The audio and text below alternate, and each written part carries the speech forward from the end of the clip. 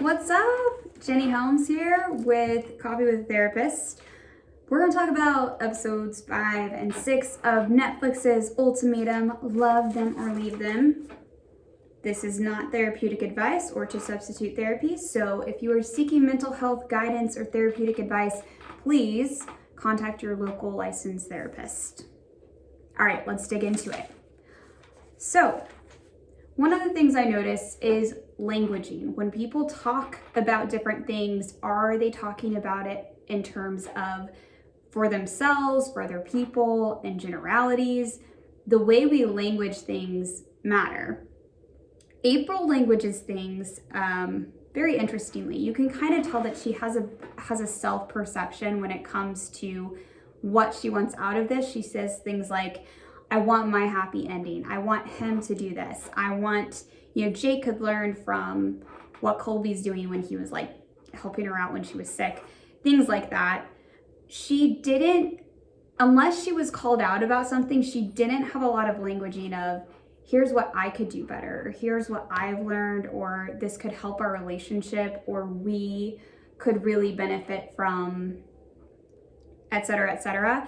And I noticed that with other people too, but she was probably the one where it was the most distinct, where it was like, okay, I think for April, she needs to work on being able to own what is hers and to see it in terms of the relationship and see that she's an active part of making this relationship work and what she needs to work on versus overly focusing on what Jake needs to work on. And almost kind of like letting herself off the hook for what the part that she contributes to their relationship and happiness. So you can tell in her mind she's thinking more in terms of he needs to change instead and when she actually talks with Jake, it sounds like she can finally take some ownership, but when she is not talking to Jake, when he's not holding her accountable for those things, it sounds like truly she feels like he needs to change more than her, which I thought was pretty interesting. People are saying their goodbyes to their trial 3 weeks with this other person. Shanique and Zay had kind of a heartfelt goodbye, but I still felt it was surface level. I don't know that they have a deep connection. Madeline and Randall, I thought theirs was interesting. I thought there was a little bit of vulnerability for both Randall and Madeline. I was really proud of Randall for actually sharing with her that he felt like, she's not going to see anyone as enough. Like, it doesn't matter. Like when she talked about the one box he didn't check, which of course had to do with like her connection with him physically, she just didn't see what, like, they didn't have things happen or unfold. I thought he did a good job of kind of saying, I don't know that any person will ever be enough, and maybe you need to sit with that. And I was really proud of her because she kind of accepted some of that. She's like, look, I may not still let it be enough. Like, a person could check off all the boxes and I may still struggle with this. I wonder if that has any tie with the trauma she's had from her parents' divorce. And, I think that might be something she would want to explore and consider and maybe seek therapy for. There's themes for everybody that they could work on and they could develop healthier stories around, and this is an area for her. Colby, and I want to talk about Colby and April's conversation when they were back at the table and they were talking about their experiences. It was really interesting because I think everybody at the table could feel that it didn't seem genuine. It almost seemed like Colby and Colby and April had made a pact to almost over talk up like their experience and say, wow, we grew so much changed, and nobody was buying it. I didn't buy it. I don't know if you guys bought it. No one bought it. It was over the top. And even to say that she's like changed as a woman in 3 weeks, and like they had very surface level conversations. I didn't see a lot of depth or a lot of self-reflection in the ways that they talked about things. So I could tell that I don't think they got a ton out of it. And it's interesting because how that unfolds in the next episode, we realize that they both were talking to other people during this experience. I wasn't super surprised about. I don't think they were taking the experience for exactly what it was intended to be. I can understand where they were coming from, saying, hey, I just wanted to like actually have a connection with someone. But I think what was hard was they put on the facade that they only chatted with each other and that they grew so much from the relationship they had with each other, when in reality, that was not the case whatsoever. But we definitely got to see a little bit of showmanship from both Colby and April. I think Colby more so than April. I thought it was interesting that Zay was like very quick to point out that he didn't see growth in Rae. Like, I always find it interesting when someone's very quick to say, here's where you messed up, and not really taking ownership of their stuff. I think he really wants to see change from her. I think he feels like that's going to really benefit their relationship, and it's part of his pain point. But I think it was interesting that was so easy and quick for him to point out about her. I think it's interesting too, because I think with Rae and Jake, they are a little bit both more avoidant or surface level, but these types of couples can be successful. They tend to be a little bit less intimate and have less depth, which, depending on who you ask, like, is super important or isn't. But I think as far as like actual compatibility long term, they could work out long term. And so I think when people are pushing like, you have to have depth, that's really about their own narrative. Like, they really have to have depth, and it's not right or wrong. It's like, hey, I think for you, if you know you're a person who's like, I really want depth and I want to get the most out of this relationship, and that's super important to me, honor that. I also think we have to honor when other people are not willing or able to go there themselves. And because it can be really actually unloving to push and continue to say like, why can't you give this to me, and why can't you do this, and make it a character flaw about them. Like, even if it is something from a place of struggle, pushing them is not the loving thing to do. But I could tell that, like, I think Zay's strategy for this is pushing her, and that makes her retreat even more. I thought it was really important, this concept. She was like, as you go into these next 3 weeks, it is so incredibly important that you learn to let things go. I 110% agreed with her that if they were really going to move forward, they had to let that 3 weeks be what it was and move forward and talk about things, but also like talk about it in a way that was actually curious and wanting to move forward versus like pushing their partner away.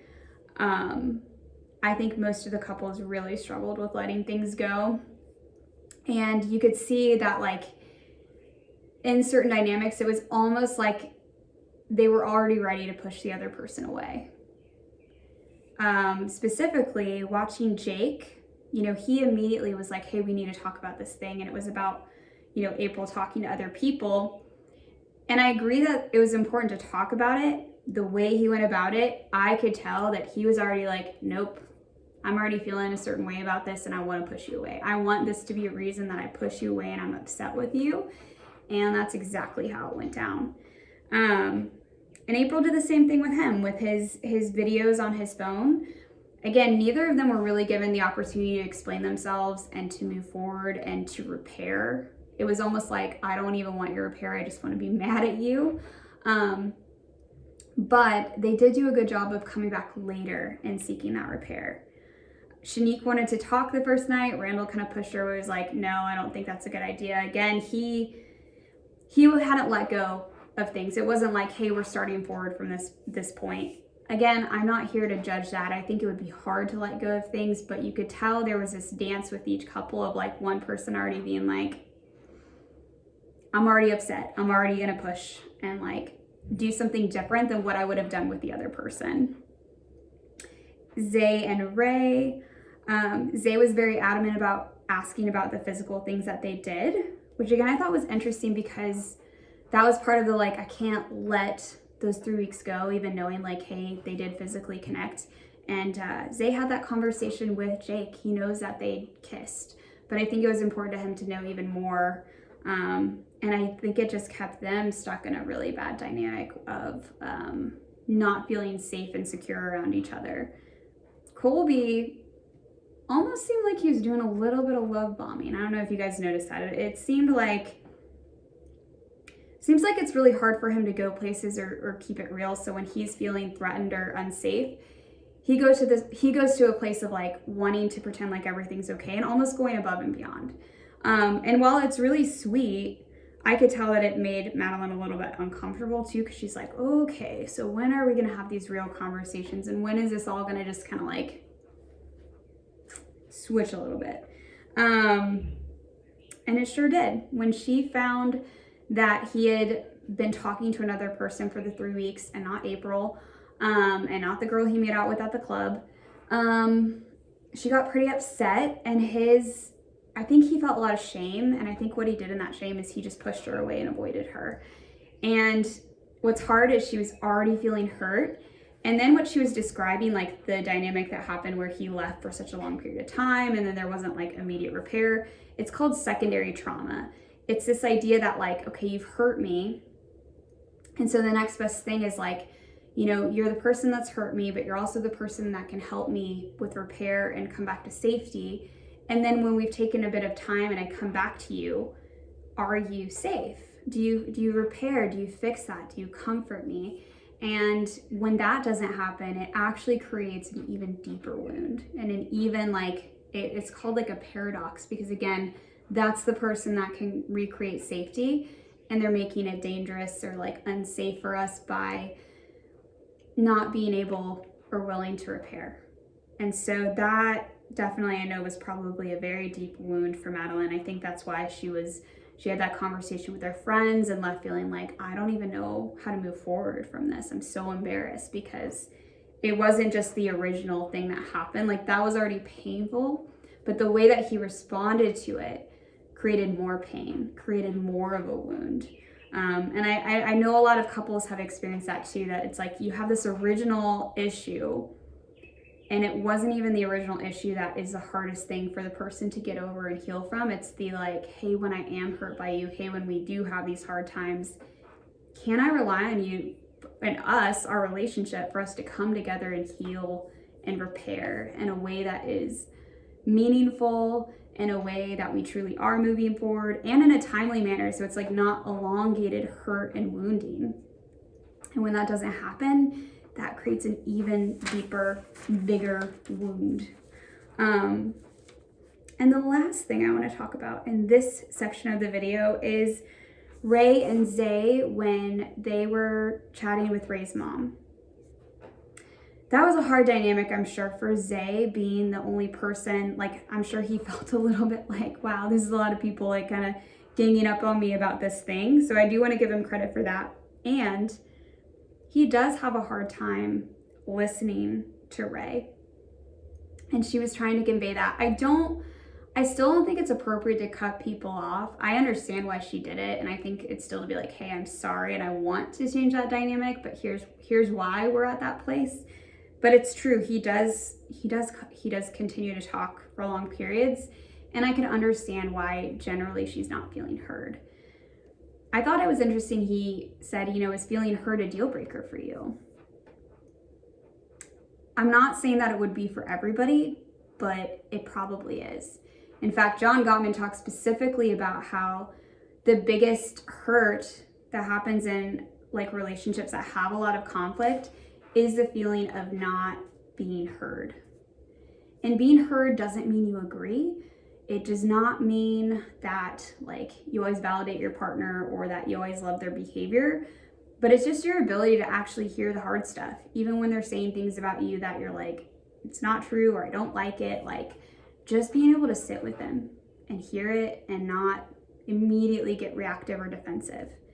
Usually when we are getting immediately reactive and defensive and can't sit with that, that's a good sign that we have some stuff coming up from our childhood or relational trauma from the past where we feel like we have to prove, or like that person has to see us in a certain way, or something is deeply threatened, versus being able to say like, look, I can take my time and let this play out. doesn't have to be as urgent as it feels in my body, but sometimes for people that interrupt a lot, they do feel that sense of urgency, and it does feel like an emergency. So I think Zay may have some stuff to work on in that regard if he is to be a good partner to Ray or to anybody in the future. And I think it makes sense that he's in the space he's at. I have a lot of empathy for that. And the good news is we can heal that. The good news is we can actually, like, if we find ourselves doing that dance where we interrupt or we really struggle to like hear someone out, especially the person we really love, that's likely work that we need to do to figure out why it feels so urgent and like an emergency, or like we have to prove ourselves or defend ourselves. All right, that's a wrap for this video. I am excited to dig deeper in the next episode.